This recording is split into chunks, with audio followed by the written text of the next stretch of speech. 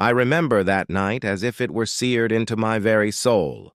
My birthday was going to be a calm, quiet evening, a modest dinner with my wife Clara, and a small drink of whiskey to commemorate another year of life. I had prepared for nothing, more than a tranquil party at home with the subtle murmur of our talk and the lovely glow of the dining room light marking the passage of time. But that night, as twilight sank into dusk, everything I had anticipated was shattered by a spectacular sight that left me both awed and uneasy. In the middle of our driveway, directly under the fading light, stood a brand-new red Mercedes-Benz. Its surface sparkled as if polished by a master, each curve catching the light in a way that made it seem almost unearthly. I stood there, frozen in disbelief, watching as Clara's mother, Margaret, made her arrival with an assurance that could only be born from years of meticulous planning.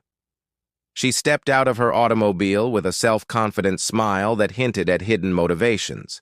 Instantly, all eyes moved to her and the car she had so proudly presented. "Do you like it?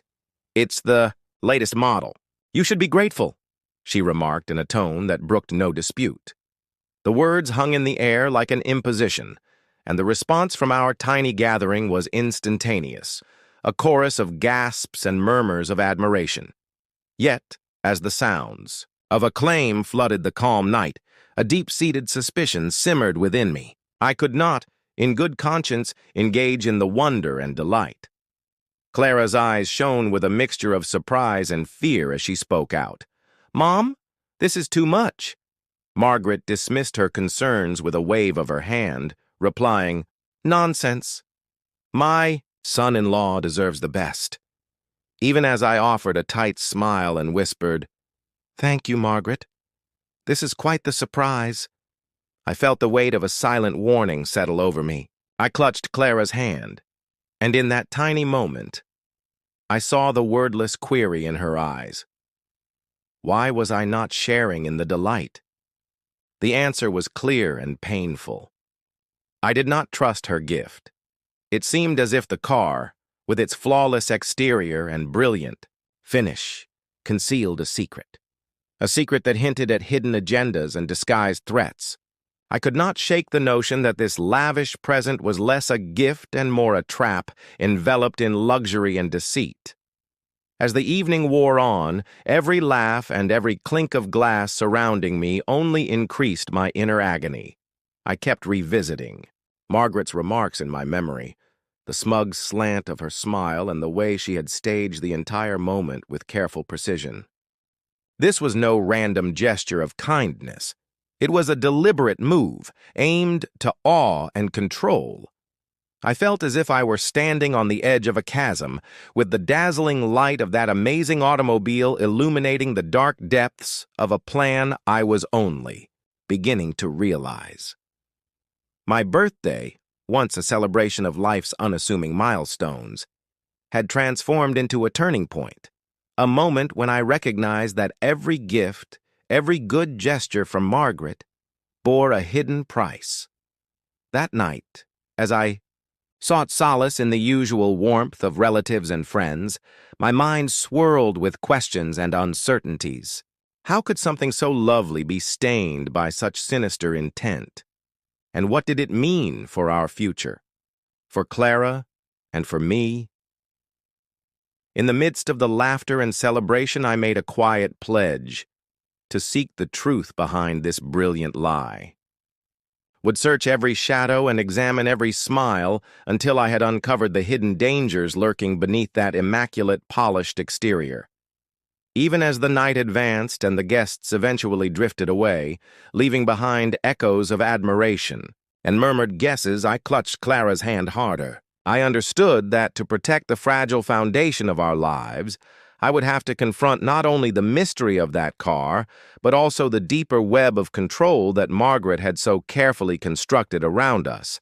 And so, with a heart full of resolve and a mind hardened by distrust, I readied myself for the trials ahead, determined to free us from the insidious cords of deception that had been wrapped around us like a poisonous, dazzling snare.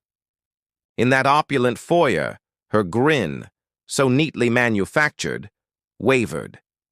"What is this?" she demanded, her tone suddenly fierce. Clara's voice, usually so gentle and reassuring, trembled as she said, "You lied. The automobile was in an accident. The engine is unstable." Her words stung more than any criticism I had ever heard. Margaret's eyes flashed between us, her composure faltering. "You're being dramatic," she retorted dismissively, as if the evidence before us were nothing more than a misunderstanding. I did not allow her to divert.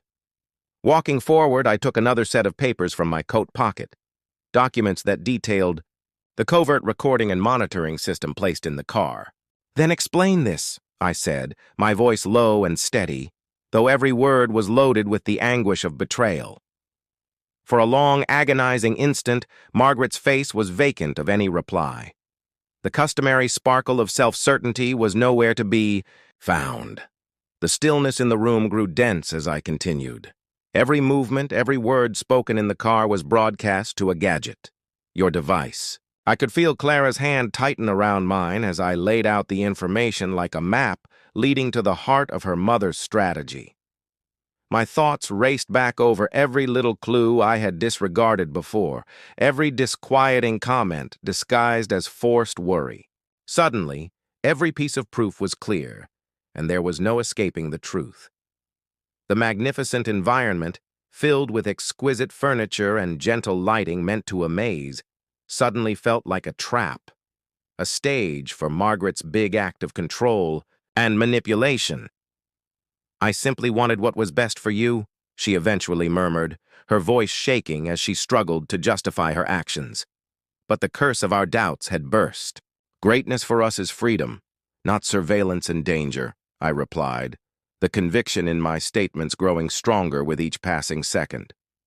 I could see the conflict in Clara's eyes, her devotion torn between the warm memories of her upbringing and the brutal reality unfolding before her.